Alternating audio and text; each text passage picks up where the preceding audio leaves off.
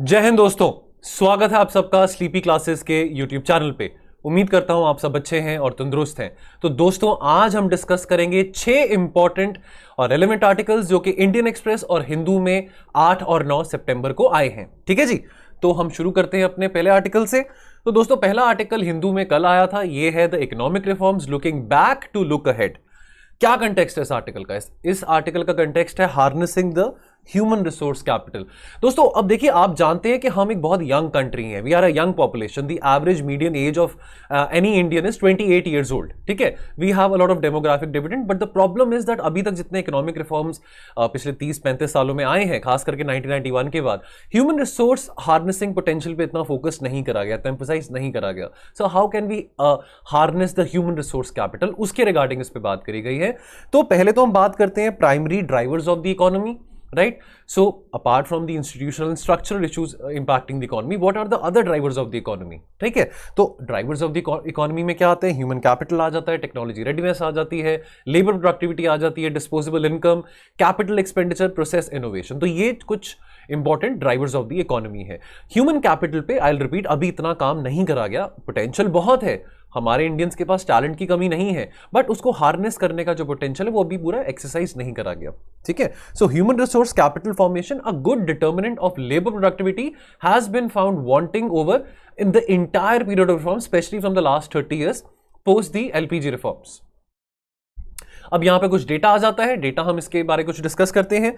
So lack of quality education, low skilled man power and inadequacies in basic health care have resulted in low human resource capital formation. ठीक है, so health care और education बहुत important role play करते हैं ताकि हम अपना human resource capital harness कर सकें। ठीक है, तो अगर एचआरसी रैंक इंडिया की बात करें तो इंडिया की रैंक 103 पे है। अगर हम इंडिया के पड़ोसी देशों की बात करें, श्रीलंका की बात करें, तो श्रीलंका का रैंक 70 है, चाइना का 34 है, चाइना का रैंक काफी बेटर है इंडिया से, साउथ कोरिया का 27 है।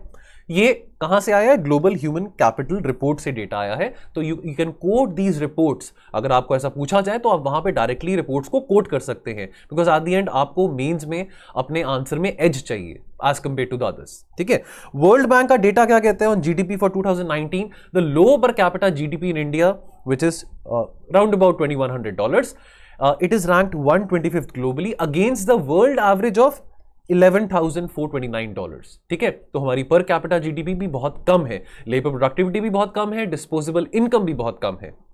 Low incomes leave little room for the majority of the households to have enough disposable incomes, ताकि उनके अगर उन्होंने बाय करना है, कंज्यूमर ड्यूरेबल्स बाय करना है, इंडस्ट्रियल प्रोडक्ट्स बाय करने हैं, अगर लोगों की जेबों में पैसे होंगे तभी वो बाय करेंगे। वो बाय करेंगे तो डिमांड बढ़ेगी। सो किसी भी इकोनॉमी की ग्रोथ में डिमांड का एक बहुत बड़ा फैक्टर आता है। तो डिमांड कब बढ़ेगी? जब लोगों के पास पैसे होंगे। तो यहां पे तो सिचुएशन ऐसी है कि हमारे लोगों के पास लो डिस्पोजेबल इनकम्स है। एंड उसके बाद लो R&D की यहां पे बात करी गई है। So low research and development expenditure कितना है? 0.08, not even 1%, 0.8% of the GDP as compare to South Korea. तो साउथ कोरिया में 4.5% of GDP spend on R&D, China में 2.1%, ताइवान में 3.3%। So need for a fresh thinking in reforms. हम अक्सर ये बात कहते हैं कि इंडिया में रिफॉर्म्स की कमी नहीं है, बट इंडिया में जिस चीज की कमी है वो ये है कि उस रिफॉर्म्स में इतनी एनर्जी नहीं आ पाती, इतनी इंटेंसिटी नहीं आ पाती, जिसके करके हम इतनी एफिशिएंसी नहीं देख पाते हैं। रिफॉर्म्स देखिए, दुनिया भर के वर्ल्ड क्लास इकोनॉमिस्ट हमारे पास हैं। ठीक है, कोई ऐसी बात नहीं है कि हमारे पास ऐसे लोग नहीं है जो पॉलिसीज डिजाइन करने के लिए ना हो। We have all the intellectual people sitting here in India, but the problem is to give energy to these reforms. ठीक है, now the focus should be on the technology readiness, labour productivity and per capita income, disposable income बढ़ाने की यहां पे बात करी गई है। ठीक है, उसके बाद enhanced public sector outlay to 8% of GDP from current about 5%। तो यानी कि एजुकेशन, स्किल डेवलपमेंट और पब्लिक हेल्थ पे, ये तीनों पे अगर अभी 5% ऑफ जीडीपी अगर स्पेंड किया जा रहा है तो इसको 5 की जगह 8% ऑफ जीडीपी का सजेशन यहां पे दिया गया है। ठीक है, अब टेक्नोलॉजी रेडीनेस की बात करें तो आपको पता है डिसरप्टिव टेक्नोलॉजीज बहुत आ रही हैं। पिछले 1.5-2 साल में हमने काफी देखा technology as an enabler, as also as a disruptive force. ठीक है, तो अब इंडस्ट्री 4.0 के चलते, IoT के चलते, internet of things, industrial internet of things, artificial intelligence, robotics, 3D technologies, अब ये सब चीजें जो हैं अब वर्कफोर्स को तैयार करना पड़ेगा ताकि वो ये टेक्नोलॉजीज को अडाप्ट कर सकें और इन टेक्नोलॉजीज को सीख सकें। ठीक है, इनहांस पर capita income by more wages for workers, ये कैसे होगा? स्किल इंपार्ट करने से। ठीक है, अगर उनको बेहतर स्किल एजुकेशन मिलेगी, बेहतर स्किल ट्रेनिंग मिलेगी, तो वो अपनी पर कैपिटा इनकम भी इंक्रीज कर पाएंगे। चलिए अगला आर्टिकल। अब ये नेशनल मोनेटाइजेशन पाइपलाइन के चलते बहुत आर्टिकल्स पीछे आए हैं, खास करके पिछले हफ्ते में। तो आज सुबह 2 मिनट सीरीज में शेखर सर ने भी इसके बारे में बहुत अच्छा डिस्कस किया था। अगर आपने नहीं देखा तो उसको प्लीज जाके देखिए, ठीक है। तो अगेन बहुत ब्रीफली इसमें बात करेंगे। अब इस आर्टिकल में कंटेक्स्ट क्या है? एनएमपी एक बहुत बोल्ड स्टेप है, बहुत अच्छा स्टेप है, but it is not failure proof, यानी कि इसमें भी कुछ टेंडेंसीज हैं that it can also lead to a failure. क्यों इस बात का डर जताया गया? बिकॉज यहां पे बात करी गई है of NMP in comparison to public private participation model, triple P model. जैसे कि आप जानते हैं इंडिया की इंफ्रास्ट्रक्चर नीड्स बहुत ज्यादा हैं। अब खास करके 2004-2005 के बाद ट्रिपल पी मॉडल को बहुत एम्फसाइज किया गया था, ठीक है। लेकिन ट्रिपल पी मॉडल इतना एफिशिएंटली नहीं वर्कआउट कर पाया, उसमें भी काफी कमियां आई थी। तो इस बात को लेकर चिंता जताई जा रही है कि कहीं नेशनल मोनेटाइजेशन पाइपलाइन का जो मॉडल है उसमें भी कुछ कमियां ना आए, तो इस करके यहां पे कंपैरिजन करा गया है। अब ट्रिपल पी की बात करें तो ट्रिपल पी क्या था? Was about attracting private capital and private parties to build, operate and transfer, BOT principal.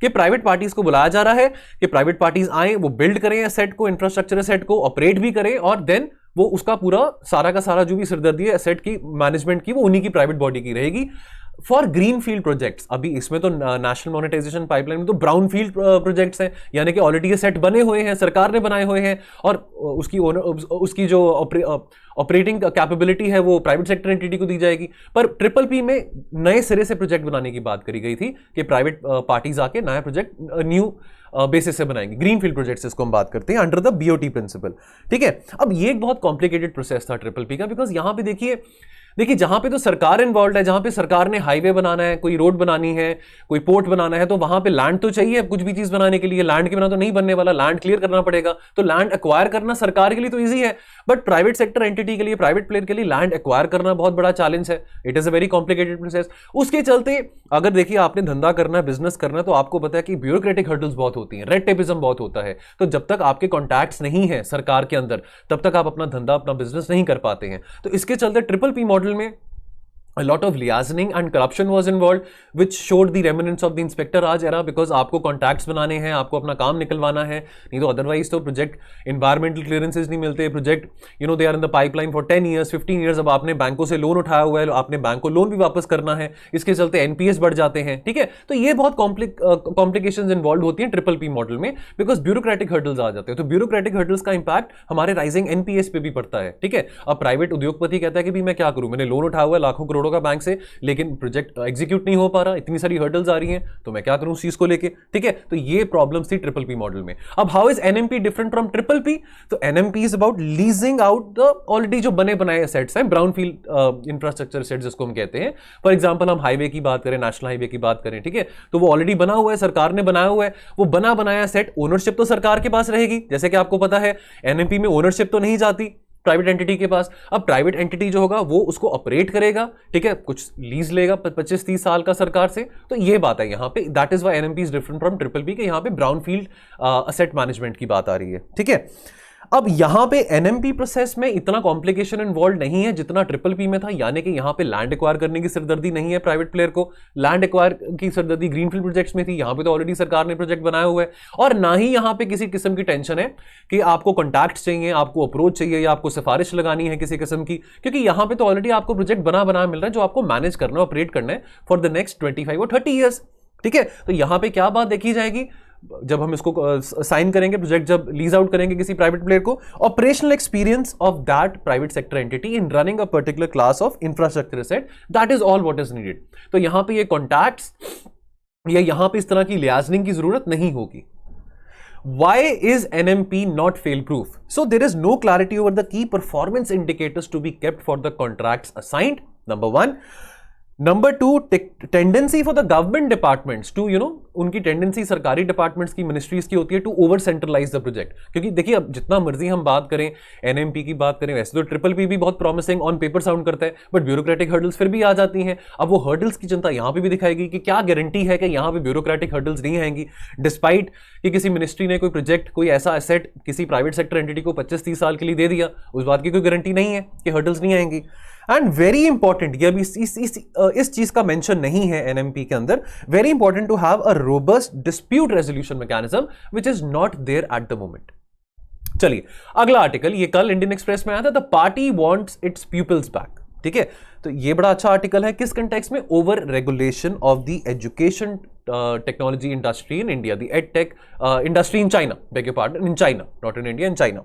ठीक है, नाउ पहला पॉइंट, तो China was a natural destination for the early ed tech startups and innovators. तो for example अगर हम कुछ ed tech startups की बात करें, जैसे इंडिया में अनअकैडमी है, बाइजू है, अपग्रेड है, ठीक है, इस तरह के एजुकेशन टेक स्टार्टअप्स हैं। तो अगर हम चाइना की बात करें, जो थोड़े पॉपुलर हैं, तो अगर हम चाइना की बात करें तो चाइना में जैसे कि दादा एबीसी हो गया, कोड माओ हो गया, विपकिड हो गया, ठीक है, ये कुछ ऐसे टेक स्टार्टअप्स हैं चाइना में। ठीक है, अब पिछले 1-1.5 साल में, खास करके कोरोना वायरस पैंडेमिक के चलते, तो अगर ऑल ओवर द वर्ल्ड अगर $15 बिलियन की इन्वेस्टमेंट एजुकेशन टेक सेक्टर में की गई है, तो वो $15 बिलियन की जो इन्वेस्टमेंट है उसमें से $10 बिलियन अकेला चाइना में ही आया है पिछले 1 साल में।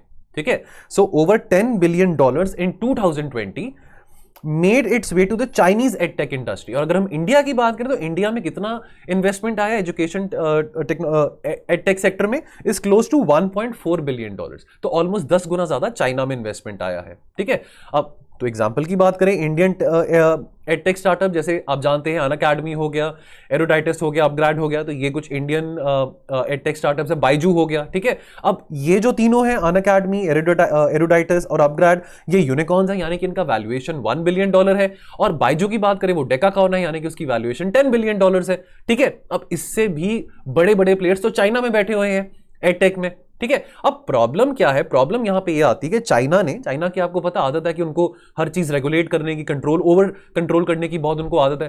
खैर, डिस्पाइट द फैक्ट, ये बात तो जरूर कहनी पड़ेगी कि चाइना की ऐसी आदत होने के बावजूद भी चाइना ने इकोनॉमिक ग्रोथ बहुत अच्छी दिखाई है। अगर उनकी इकोनॉमी की बात करें, उनके फॉरेक्स रिजर्व्स की बात करें, तो हमसे तो कई गुना ज्यादा आगे हैं, despite of the tendency to over regulate. अब चाइना ने क्या किया, इसी साल जुलाई में एक ऑर्डर इशू करा, गाइडलाइंस इशू करी, which required existing private tutoring companies to register as non profit organisations. तो अभी तक तो देखिए वो प्राइवेट इंडस्ट्रीज, प्राइवेट सेक्टर, ये प्राइवेट स्टार्टअप्स हैं, एडटेक स्टार्टअप्स, तो इनका तो मोटिव होता है प्रॉफिट जनरेट करना, so why to be apologetic about it. But China ने बोला कि नहीं, आप अपने आप को नॉन प्रॉफिट ऑर्गेनाइजेशन डिक्लेयर करेंगे, क्योंकि आप एजुकेशन में इन्वॉल्व हैं और education shouldn't be a profit oriented business. अब चाइना है, चाइना में हर चीज पॉसिबल होती है, चाइना में आपको पता है डेमोक्रेसी तो है नहीं है, तो चाइना जब भी कुछ चाहे कुछ कर सकता है, कोई ऐसे गाइडलाइंस इशू करके। तो China banned the extra curricular tutoring from going public and made it obligatory for tutoring agencies to have a regulatory approval. ठीक है, अब ये ऐसा क्रैकडाउन क्यों करा गया था, why such a crackdown on the ed tech sector in China. तो पहली बात तो जो असम्पशंस यहां पे दिए गए आर्टिकल में, बिकॉज एग्जैक्ट रीजन तो नहीं पता, बट असम्पशंस हैं यहां पे, need to keep a strict control on the growing social inequality. तो पहली बात तो ये होगी कि देखिए हर कोई अफोर्ड नहीं कर सकता। अब देखिए पैंडेमिक के चलते तो हर चीज ऑनलाइन चल रही है, लोग यूट्यूब पे वीडियोस देख रहे हैं, ऑनलाइन प्लेटफॉर्म्स पे लर्निंग हो रही है, स्कूल हो, कॉलेजेस हो, कॉम्पिटेटिव एग्जाम्स हो, तो चाइना में भी ऐसे चल रहा है जैसे इंडिया में चल रहा है।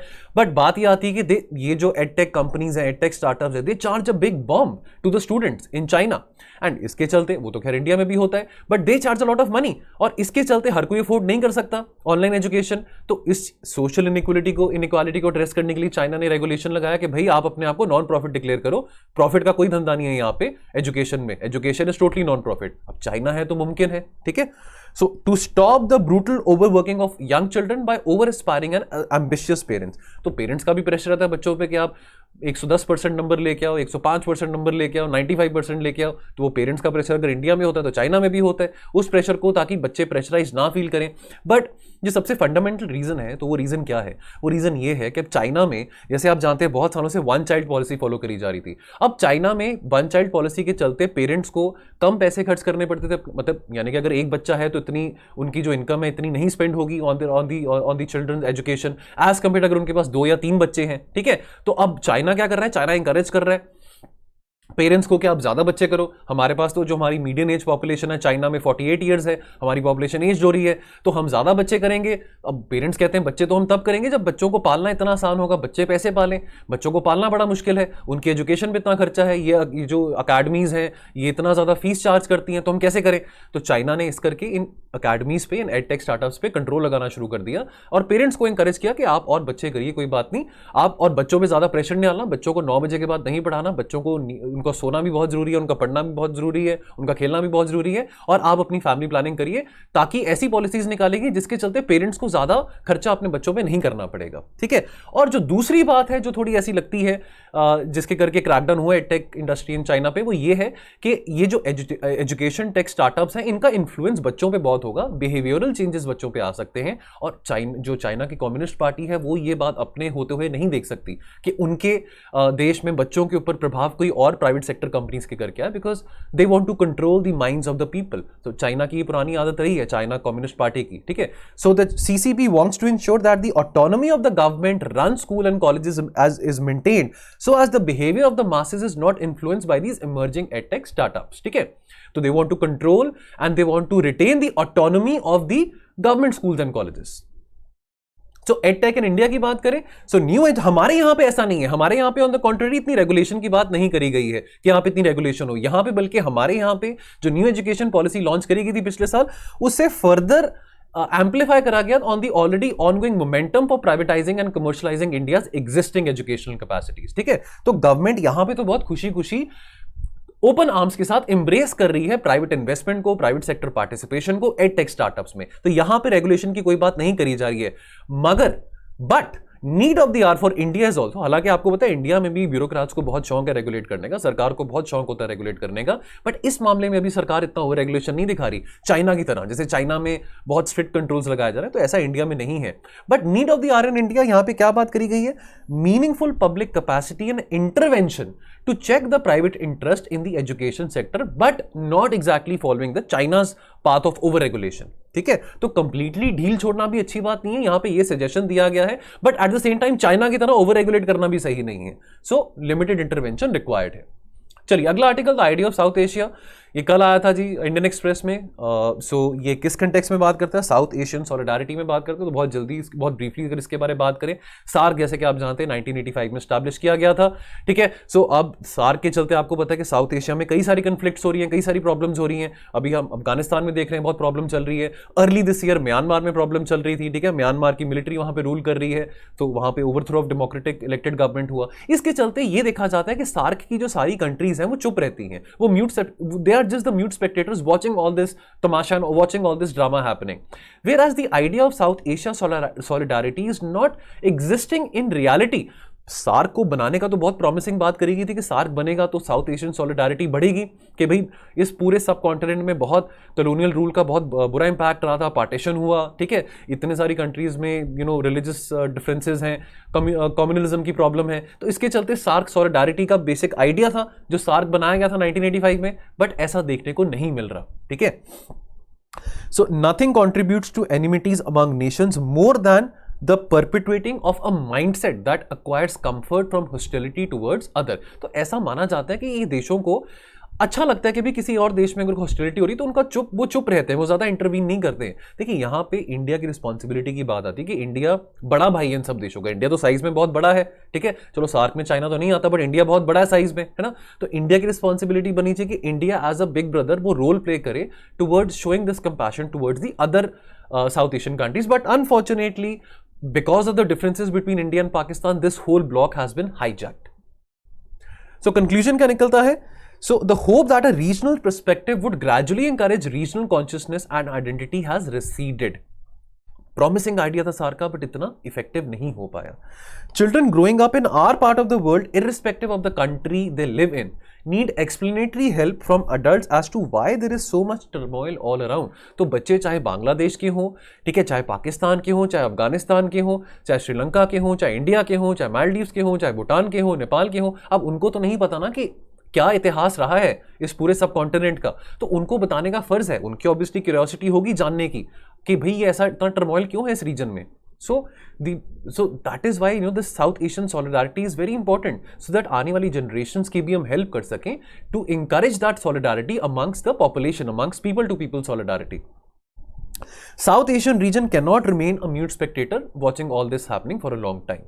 ठीक है, तो SAARC has immense potential only and only if it can realize that potential. चलिए अगला article, the future of food, ये आज आया है, द फ्यूचर ऑफ फूड ये आज है दोस्तों आर्टिकल, ये इंडियन एक्सप्रेस में आया है। क्या कंटेक्स्ट है इस आर्टिकल का? Food system must respond to the climate crisis, ठीक है। अब अभी एक सबमिट होने वाली है, एक अपकमिंग फूड सिस्टम सबमिट होने वाली है, ठीक है, इसी मंथ में होना है वो food system submit under the aegis of United Nations. तो अब कुछ ऑब्जेक्टिव्स डिस्कस करेंगे इस आर्टिकल में of this upcoming food system submit with respect to the sustainable development goals. तो ये 5 ऑब्जेक्टिव्स हैं। क्या ऑब्जेक्टिव्स हैं? Ensure access to safe and nutritious food for all, shift to sustainable consumption patterns, boost nature positive production, advanced equitable livelihoods and build resilience to vulnerables, shock and stress। तो मोटे तौर पे बात ही करी गई। देखिए क्लाइमेट चेंज के चलते, ग्लोबल वार्मिंग के चलते एग्रीकल्चर पे इंपैक्ट तो पड़ रहा है, उसके चलते आने वाले टाइम में न्यूट्रिशनल सिक्योरिटी पे भी, फूड सिक्योरिटी पे भी इंपैक्ट होगा। और न्यूट्रिशन की बात करें तो वो तो ऑलरेडी जो डेवलपिंग कंट्रीज हैं वहां पे इतने अच्छे न्यूट्रिशन लेवल्स नहीं है। अब हम इंडिया की बात करें, इंडिया के पास फूड ग्रेन की तो प्रॉब्लम नहीं है, इंडिया तो सेल्फ सफिशिएंसी अटेन कर चुका है thanks to the green revolution. But उसके बावजूद हम देखते हैं कि इंडिया में बहुत सारे लोग हंग्री हैं, भूखे हैं, मैल नरिश्ड हैं, अंडर न्यूट्रिशन है, ठीक है, चाइल्ड स्टंटिंग है। और एक और फिनोमेना देखने को मिल रहा है आजकल कि बच्चे जो हैं वो ओवरफेड भी हैं, यानी कि हम अर्बन एरियाज में देखते हैं उनको ओबेसिटी की प्रॉब्लम भी, यानी कि वो बहुत ज्यादा जंक फूड खाते हैं। तो न्यूट्रिशन लेवल ज्यादा अच्छे नहीं है इंडिया में। इसके चलते जो लिंक यहां पे दिया गया कि आने वाले टाइम में जो क्लाइमेट चेंज हो रहा है, क्लाइमेट क्राइसिस हो रहा है, उसके चलते एग्रीकल्चर को भी इंपैक्ट करा जाएगा और उसके चलते न्यूट्रिशनल इंपैक्ट कैसे आएगा और फूड इनसिक्योरिटी कैसे बढ़ेगी, ये सब बातें यहां पे करी गई हैं। ठीक है, so India needs to transform हर food systems which have to be inclusive and sustainable in the longer run and at the same time inclusive and sustainable होने के साथ साथ हायर फार्म इनकम्स भी होने, हायर रिटर्न्स फार्मर्स को मिले, वो भी बहुत जरूरी है। ठीक है, ताकि ऑब्वियसली अब एग्रीकल्चर का ब्रांड तो फार्मर्स प्ले कर रहे हैं, बिकॉज ऑब्वियसली जो खेती बाड़ी कर रहे हैं, जो इन्वॉल्व है एग्रीकल्चर सेक्टर में, ये सब के चलते उन्होंने ये भी देखना है कि उनको भी अच्छा रिटर्न मिले अपनी इन्वेस्टमेंट पे। Now concerns regarding food security. Now obviously पहली बात तो हमने डिस्कस कर ली कि ग्रीन रेवोल्यूशन के चलते अब हम फूड सफिशिएंट हैं, अब हम फूड सिक्योर नेशन है। We don't have that problem कि हमको अमेरिका से व्हीट एंड कॉर्न या राइस इंपोर्ट करना पड़ रहा है, वो 1960s वाली हालत नहीं है, हम सफिशिएंट है। बट उसके बावजूद भी हमारे देश में बहुत सारे लोग हैं, बहुत सारे गरीब लोग हैं जिनको खाना नहीं मिल पाता, दिन में 2 वक्त की रोटी नहीं मिल पाती। ठीक है, ग्रीन रेवोल्यूशन के चलते कुछ प्रॉब्लम्स भी हमने इनहेरिट करी हैं एग्रीकल्चर में। क्या प्रॉब्लम है? Water logging, soil erosion, ground water depletion, ये सब बातें आ गई। दूसरी बात, अब ये बातें बहुत बार डिस्कस करी गई हैं कि हमारे एग्रीकल्चर में डाइवर्सिफिकेशन प्रैक्टिस नहीं किया जाता। एमएसपी सिर्फ राइस और व्हीट को अट्रैक्टिव बनाया जाता है और बाकी सारे क्रॉप्स के लेके इतनी अट्रैक्टिव एमएसपीज नहीं होती, और फार्मर्स का जो इंसेंटिव होता है, फार्मर्स को जो इंटरेस्ट होता है इन द सेंस ग्रो करने का, राइस और व्हीट का ही ज्यादा रहता है। और राइस, व्हीट और शुगर केन की अगर हम बात करें, तीनों क्रॉप्स की बात करें, तो ये तीनों 75% से ज्यादा पानी कंज्यूम कर रहे हैं। 75% of the irrigated water capacity ये तीनों क्रॉप्स यूज कर रहे हैं। तो डाइवर्सिफिकेशन की बात बहुत बार करी गई है, बट अभी तक डाइवर्सिफिकेशन को लेकर इतना नहीं थ्रस्ट दिया गया। हंगर एंड मैलन्यूट्रिशन की बात करें, so as reflected from the NFHS 5 जो अभी रिसेंटली लास्ट दिसंबर में इसकी रिपोर्ट आई थी, इसके चलते 38% of the countries children reported stunting in 2015 and 16। ठीक है, सो न्यूट्रिशन लेवल्स अगर अच्छे नहीं होंगे तो बच्चों की हाइट ही निकलेगी। कुछ केसेस में देखते हैं कि बच्चों की हाइट निकलती है लेकिन वो फिर भी बहुत दुबले पतले होते हैं, उसको हम चाइल्ड वेस्टिंग कहते हैं। इसके बारे में हमने डे बिफोर यस्टरडे आर्टिकल में डिस्कस किया था। ठीक है, ओबेसिटी की प्रॉब्लम आती है। अब ऐसा देखा जाता है कि गांव में, रूरल एरियाज में चिप्स और बिस्किट जो हैं वो ज्यादा चीपर हैं एज कंपेयर टू जो फ्रूट्स एंड वेजिटेबल्स हैं। ठीक है, तो अब ऑब्वियसली अब ये चिप्स खाने से, बिस्किट्स खाने से कोई न्यूट्रिशन तो मिल नहीं रहा, ये जंक फूड खाने से, बर्गर पिज्जाज वगैरह खाने से अर्बन एरियाज में भी, तो ये कोई न्यूट्रिशन तो नहीं मिल रहा। ठीक है, सो अगर इस पे फोकस किया जाए, बिकॉज इंडिया में एक बहुत क्रॉनिक प्रॉब्लम आ रही है दैट जो बच्चे हैं वो मैलनरिश्ड भी हैं और ओवरफेड भी हैं। So we are seeing a contrast in the Indian society that we are seeing in the rural areas there's a problem of malnutrition and in the urban areas there's a problem of obesity. ठीक है, food sector और आपको पता है agriculture also emits a lot of greenhouse gases.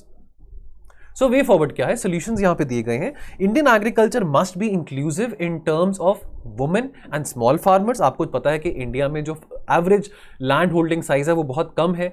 India में 86-87% farmers small farmers हैं, बड़े farmers नहीं है। ठीक है, तो ऐसी प्रैक्टिसेस बनाई जाए इंडियन एग्रीकल्चर में, एग्रीकल्चर मार्केटिंग बेटर करी जाए जो इंक्लूसिव हो सके वुमेन के लिए भी और स्मॉल फार्मर्स के लिए भी। Also agriculture must be nutrition sensitive, environment friendly and sustainable. तो क्लाइमेट रेजिलिएंट एग्रीकल्चर की आजकल बहुत बात होती है, तो उस कंटेक्स्ट में बात करी गई है। ठीक है, उसके बाद एग्रीकल्चर मार्केटिंग के लिए अच्छी प्रैक्टिसेस फॉलो करनी चाहिए। इसको भी हाल ही में अगर पीछे एक एग्जांपल देखें तो अमूल का एग्जांपल आता है, successful examples of value chain that help small holders, women and consumers is Amul, Anand milk union limited. ठीक है, safe and healthy diversified diets are needed for sustainable food systems, ताकि ये टैकल कर सके ओबेसिटी और मैलन्यूट्रिशन की प्रॉब्लम को। ठीक है, solution for problems in agriculture lies in non agriculture. Agriculture sector पे डिपेंडेंसी बहुत है दोस्तों, ठीक है, बहुत सारे लोग हैं जो एग्रीकल्चर में ही इंगेज्ड हैं। अब कोरोना वायरस पैंडेमिक के चलते भी जो अभी पीरियोडिक लेबर जो PLFS periodic labour force survey आया है, उसमें दिखाया गया कि एग्रीकल्चर सेक्टर में ज्यादा लोग अब फिर से इन्वॉल्व हो गए हैं। अब देखिए, हम ये चाहते हैं कि आने वाले टाइम में नॉन एग्रीकल्चर जॉब्स क्रिएट हो सके। वो कहां पे होंगी? वो लेबर इंटेंसिव जॉब्स मैन्युफैक्चरिंग में, कंस्ट्रक्शन में, सर्विस सेक्टर में क्रिएट हो पाएंगी। एग्रीकल्चर से इनकम तो ज्यादा आ नहीं रहा, लेकिन बहुत सारे लोग एग्रीकल्चर पे डिपेंडेंट हैं, तो to reduce that pressure non agriculture jobs create करना भी बहुत जरूरी है। और अंत में on lines of IPCC, intergovernmental panel of climate change जैसे IPCC है, तो on lines of that we need to have an international panel on food and nutritional security. इसको IPFN का एक्रोनिम दिया गया। तो ये सजेशंस दिए गए इस आर्टिकल में। चलिए अगला आर्टिकल ये आज आया हिंदू में, green hydrogen a new ally for zero carbon future. तो green hydrogen will aid in decarbonisation. Net zero की बात करी जा रही है टुवर्ड्स 2050। बहुत सारी इकोनॉमीज हैं, US है, यूरोपियन यूनियन है, जो कह रहे हैं कि जी हम आने वाले टाइम में we want to move towards the net zero, that zero carbon dioxide emissions की बात करी जा रही है। ठीक है, इंडिया के ऊपर भी बहुत प्रेशर है to accept net zero emissions. इसके चलते भी हमने काफी सारे आर्टिकल डिस्कस करे हैं। बहरहाल इस आर्टिकल में हम डिस्कस करेंगे कि दैट ग्रीन हाइड्रोजन क्या है। ठीक है, what is green hydrogen? So green hydrogen क्या है? It's a zero carbon fuel made by electrolysis using renewable power. किससे? From wind and solar, which will split the water into hydrogen and oxygen. ठीक है, सो अगर hydrogen की बात करें तो एनर्जी डेंसिटी ऑफ हाइड्रोजन जो है that is thrice than that of diesel, making it a rich source of energy. ठीक है, सो अगर हम ये पोटेंशियल को रियलाइज कर सके तो हमारी जो डिपेंडेंसी है फॉसिल फ्यूल्स पे कितनी कम हो जाएगी, इसका अंदाजा आप लगा सकते हैं।